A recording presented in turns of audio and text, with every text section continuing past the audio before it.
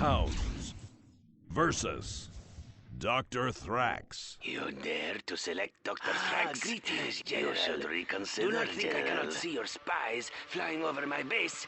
Please, look all you wish, because this may be the last time you ever see my stronghold. As you can see, my defenses are impenetrable, and my toxic weapon systems will poison your troops long before they can reach me. Prepare to tell your three-eyed grandchildren of your defeat this day. Welcome back, General. That wasn't an issue with multiple recordings. The characters sometimes talk over themselves. It's strange, like they didn't realize how much time you might or might not have before the loading sequence happened. I also don't think it's anything related to loading speeds. Like, my computer's better than 2003 for sure, but I don't think that's necessarily the case.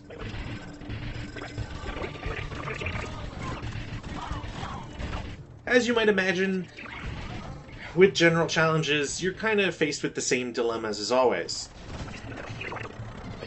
Build up early, and specifically build defenses early, stop whatever early game pushes that the AI sends your way, and then supplement that and build out.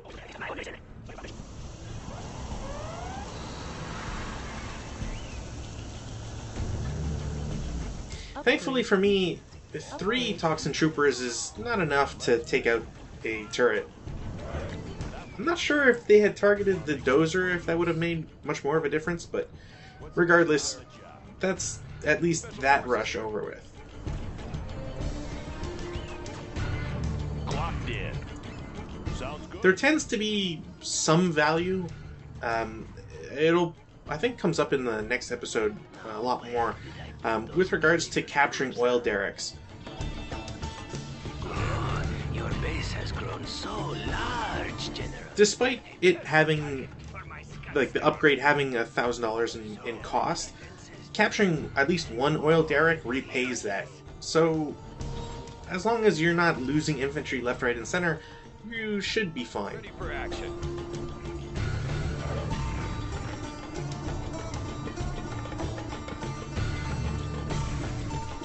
Now, this being the Toxin General, there's not really much that's going to be... we're not really at a disadvantage. Your resource pile. General Towns' defenses are more than enough to deal with literally everything that Dr. Thrax can throw at you. There's only one exception to this. Point confirmed. New construction. Going up. Always ready.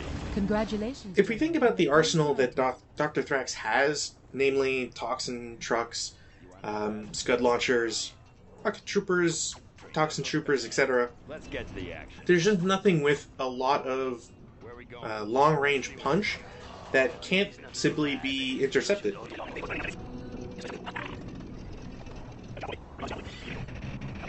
That being said, the one thing that does avoid those vulnerabilities, I guess we'll call it, is the Scud launcher. So having something ready to prevent that from being an issue is paramount.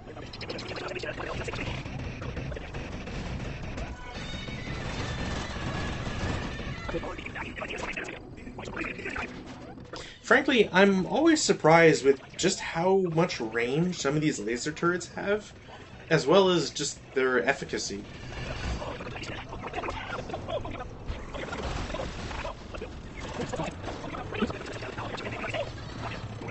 If it wasn't for Laser Patriots, I'd probably be having a much harder time against Scud launchers, just because of the Patriot missile's sort of launch time.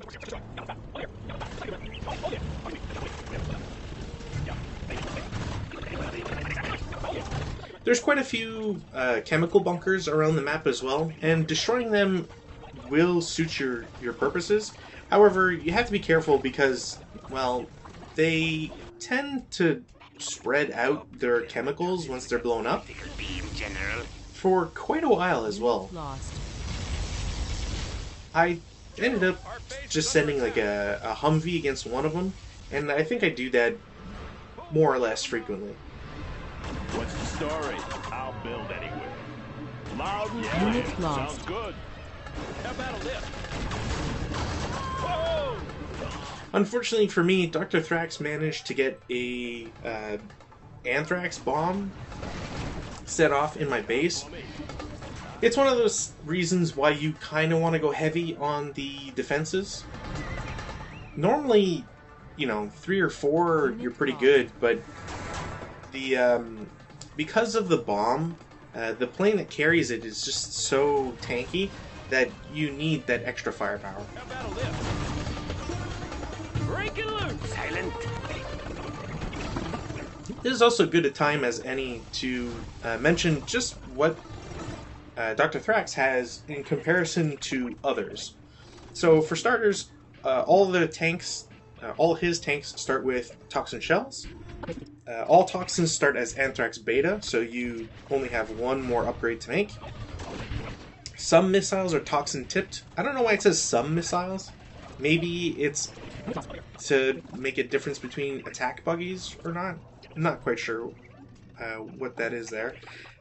All camouflage capabilities are unavailable except for Jar Mikkel. Makes sense. Toxin Network replaces standard tunnel networks. This structure functions the same way, except it's got the Toxin weapon. I feel like we've seen that before. The Toxin Rebel replaces standard Rebel, so that we've definitely seen. Thrax's weapons can be upgraded to Anthrax Gamma, which is just a stronger Anthrax Beta, which is stronger Anthrax. Vehicles are more expensive to create, and the Toxin Terrorist replaces this standard Terrorist. I mean, I think everybody can kind of figure out that every general plays to the strengths of whatever their specialization is. And it's nice to see that there's at least enough variability with all the different generals and their arsenals that they have available to them.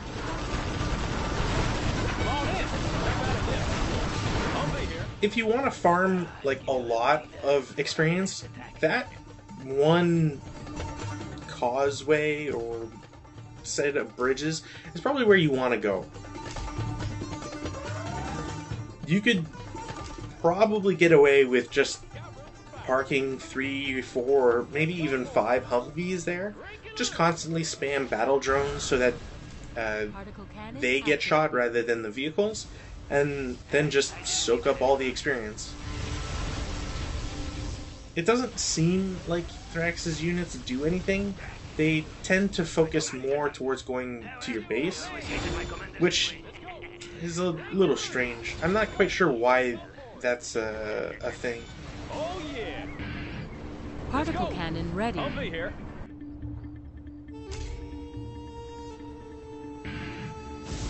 Unit lost. Oh, what do you have against toxins, huh? Dr. Thrax would probably be a much easier general to fight if it wasn't for the fact that the GLA can spawn workers from 2 different buildings. It just makes it that much harder to hunt down and destroy the remaining builders. It always seemed like when I was trying to beat him here, that there was just one extra worker somewhere else on the map that I hadn't seen or accounted for. Let's go for it. Let's go. Run it up. Let's go for it.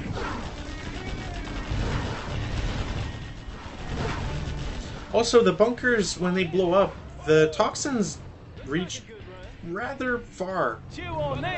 and I hadn't really planned on it. You want some of this? How about a lift? Unit lost. Run it up. I'll be here. You will regret intruding on my experiments, General.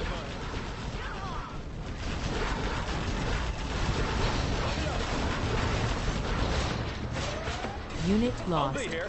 I'm fairly certain this has to be the defense Particle under normal circumstances without general towns, because obviously you'll have the you won't have the laser turrets to work with. So setting up some Humvees with rocket soldiers in them is probably the way to go.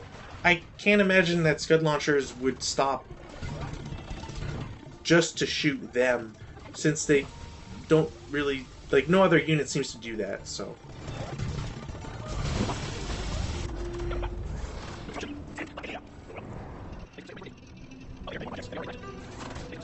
Also, have I ever mentioned how annoying it is when on higher difficulty your units are like wet paper? It's always a shame that you have to have twice or 3 times as many units as you think you would need to get around, you know, some checkpoints or destroying buildings and so on. Rip it up! Got room for 5. Come on in. Advanced training is complete, sir. Humvee here. Got room for 5. Unit lost. How about this? Oh, I'm finally going to use some Laser Crusaders, so we'll get to see how alright they are, I guess. Come on in. You want some of this? Got room for 5. Don't get me wrong, the increased range that Laser Crusaders have is nice. I'm sure they do a little bit more damage than the standard variant, etc. It's just, they're not much faster. Actually, they might be slower. Unit lost. They don't offer more protection. They're vulnerable. Eh. Cannon.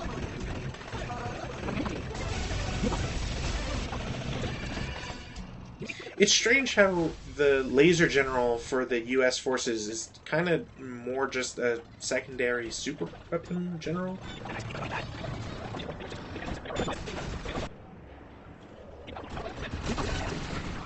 I mean, at the very least, I guess the Laser Crusader has the fact that it's still okay against infantry. It's probably the only thing I can give it as a plus.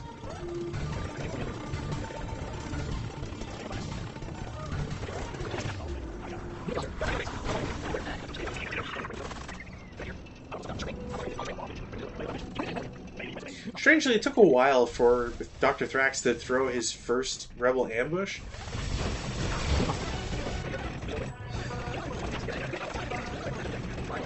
Also, this is just another one of those instances where, sadly for me, I'm trying to get as much money as possible while funneling it into units that could actually do something, but it just never really tends to work out. And I don't have the money or the production capacity to just pump out units at a rate that would allow me to do those things. Experiments, General. Particle cannon ready. Also, I lost a bunch of helicopters because one of them shot at the toxin network, and then all the guys that pumped out were rocket soldiers and basically destroyed everything I had. Unit lost. Particle cannon activated. Dr. Thrax is probably also one of the more frustrating generals to fight, just because of the fact that he has more buildings that are just spread out. And because the buildings are spread out, if you don't have something to reveal the entire map, it just becomes a little bit too much of Are you going to a hunt. or are you afraid of what you might find at my base, huh? I want to blow something up. Let me launch one. Want to see a fireball? I want to blow something up. Laser guidance ready. Unit lost. Letting her go. Comanche here. Yes, sir. Comanche here. Always ready. I'll build anywhere. Keep him busy. You know, it's a shame that dozers don't get experience. Yes, sir. Frequencies. Also, I think it's more subtle than it appears. Can live beneath my... But the fact that there's height differences and how it affects the line of sight comes into play a lot in this map. More specifically just because of the way that I set up my defenses. Having some laser turrets that can shoot at the bridge almost from my base is kind of abusive.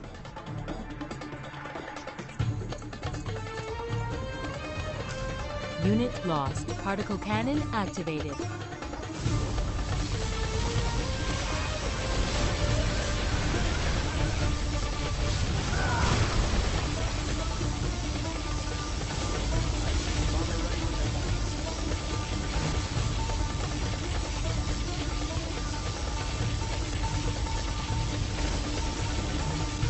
Trying to maximize some burn damage.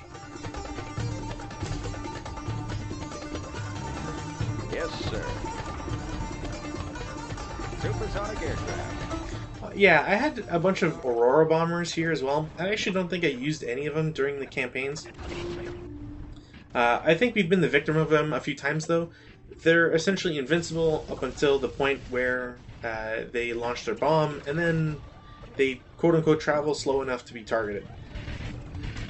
They're alright, pricey, and probably not something I should have invested much money in for this scenario. They just don't really do well on guard mode, if I'm being completely honest. I actually don't know if setting them on attack move would allow them to do that multiple times, or if it'd just be a one-time only. I guess technically it doesn't really matter, but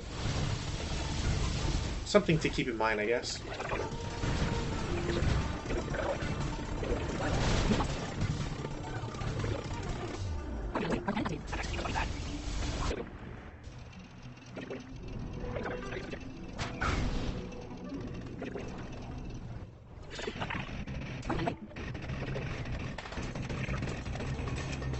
Particle cannon activated.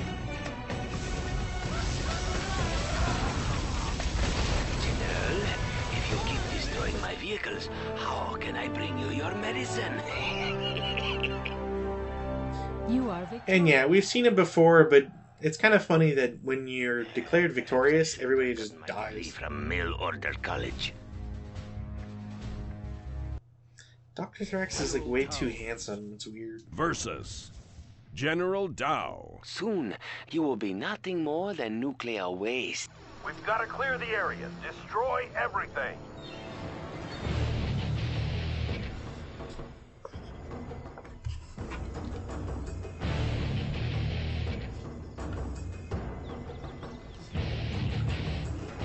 All right, boys, let's go. Get in formation right now. Enemy sighted. We have been waiting for you, General. Please, accept our gifts. More gifts, General. Our generosity is limitless.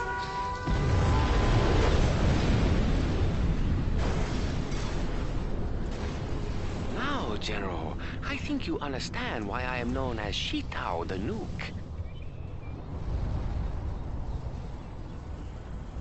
Now the battle begin in earnest. Prepare yourself, General.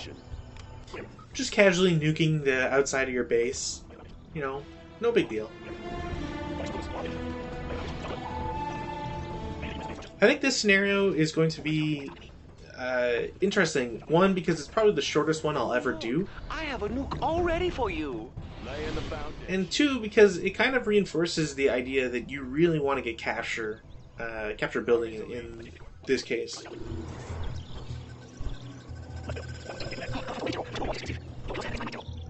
I took a risk on not building defenses because, well, I figure if they're going to do nuke tanks or nuclear artillery, I might not have too much to worry about right away. It also doesn't really strike me as being too focused on anti-air. It's going to turn out to pay off exceedingly well, and I can see how General Granger would probably excel at this map. Also, because the nuke general gets nukes really quickly, there's kind of only one way to really fight that, and that's getting your own nukes. Or particle cannons, I guess. Before the timer runs out on me and we start seeing some slightly more interesting stuff, might as well go through the list of changes that General Dow gets. First off, all his tanks start with uranium shells and the nuclear tank upgrade. Nuke cannons are available from start, so you don't need to spend a general point on them. The advanced nuclear reactor replaces the standard version. It essentially just gives you more power. The Nuke Bomber replaces Carpet Bombing. This general ability is upgraded to deliver tactical nuclear warheads on targets, which seems abusive, and I don't even remember that ever being used. Isotope Stability upgrade delivers cleaner, safer fuel to nuclear tank units and makes the Battle Masters less volatile when destroyed. Infantry and aircraft are more expensive to create. Helix has a nuke bomb instead of napalm bomb. Particle cannon activated. Nuclear missiles are less expensive to create, and the tactical nuke MiG is the same as the standard, but its missiles leave behind nuclear radiation on impact.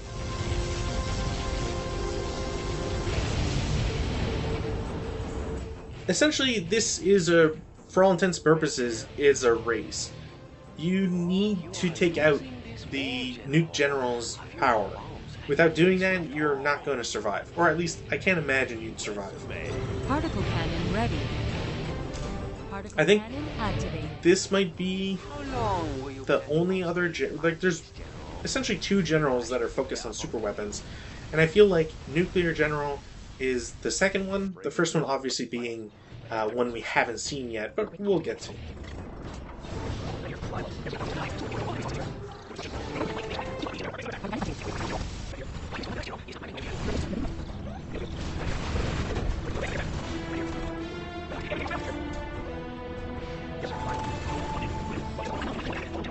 There's essentially no reason to ever not take out power, because you can't. Cannon activated. You won't have enough damage to take out all the nuclear missile silos.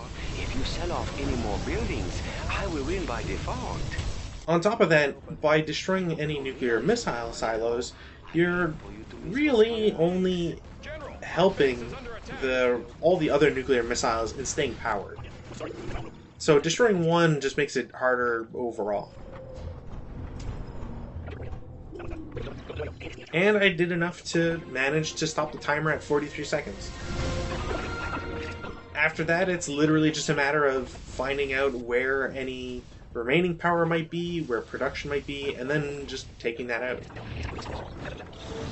It doesn't appear that he had hackers as well, and so destroying all of the supply centers ruined him in terms of economy. No! I won't lose command. I won't. You are losing this war, General. A few more bombs and your base will fall. You are victorious. Another moment, and I would have reduced you to dust.